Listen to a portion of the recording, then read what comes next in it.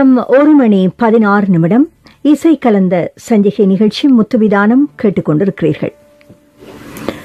பிள்ளைகளுக்கு தாய் தந்தை இருவருமே கண்கண்ட தெய்வங்கள் என்று சொல்வார்கள். தாயிற் சிறந்த கோவிலும் இல்லை, தந்தை சொல்மிக்க மந்திரமில்லை என்பது ஆன்றோர் வாக்கு. இருந்தாலும் தாயை பற்றி பெரிய அளவில் பேசப்படுவது அனைத்து விஷயங்களிலும், அதாவது கவிதைகளாகட்டும் பாடல்களாகட்டும், தாயை பற்றி ஏராளமான பாடல்களும் கவிதைகளும் வந்து கொண்டுதான் இருக்கின்றன. இருந்தாலும் இந்த தந்தையை பற்றி கவனிப்பது கொஞ்சம் குறைவு என்றுதான் சொல்ல வேண்டும் பொதுவாக பார்க்கும்போது.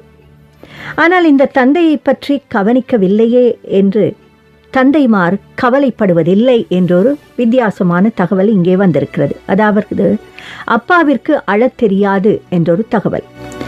குடும்பத்திற்காக மாடாய் உழைத்த போதும், பிள்ளைகளின் பசியாற்ற ஓடாய் தேய்ந்த போதும், என்னடா வாழ்க்கை இது என்று ஒரு நாளும் அந்த தந்தை அழுதிருக்கவே மாட்டார்.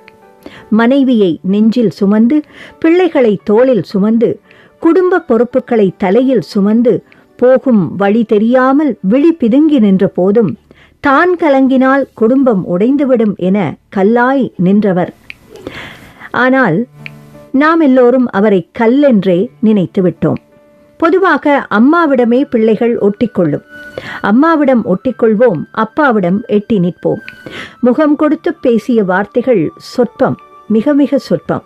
ஆனால் தோல்வியில் துவளும் போது பிடித்து கொள்ள அப்பாவின் கைகளைத்தான் முதலில் தேடுவோம். இது யதார்த்தம், உலக யதார்த்தம்.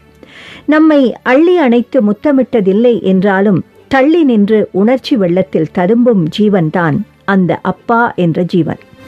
நாம் உண்ணும் சோறும் உடுத்தும் உடையும் படித்த படிப்பும் அப்பாவின் வேர்வையில்தான் என்று ஒரு நாளும் அந்த தந்தை சொல்லிக் காட்டியதே இல்லை. நேரில் நம்மிடம் 4 வார்த்தை கூட பேசாதவர், ஆனால் ஊர் முழுக்க நம்மை பற்றித்தான், அதாவது பிள்ளைகளை பற்றித்தான் பெருமையாக பேசித் திரிவார் தந்தை. அம்மாவின் பாசத்தை அங்கலாய்க்கும் நாம் அப்பாவின் பாசத்தை உணரக்கூட இல்லையோ என்று தோன்றுகிறது.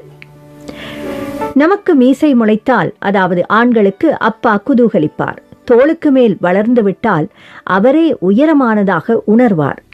வாழ்க்கையில் நம்மை முன்னே நடக்கவிட்டு பின்னே நின்று பெருமிதத்துடன் ரசிப்பார். நமது வாழ்க்கையின் பின்னால் அப்பா எப்போதுமே இருப்பார்.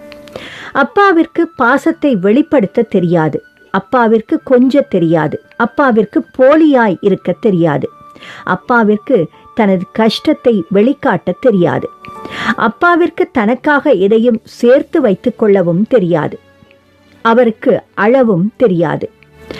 வளர்த்த கடா மார்பில் பாய்ந்த போதும், ஒருவேளை சோற்றுக்காக மருமகளுக்கு வேலைக்காரனாய் மாறிப்போன போதும், முதியோர் இல்லத்திற்கு தூக்கி வீசப்பட்ட போதும் அப்பா அழுதவர் இல்லை.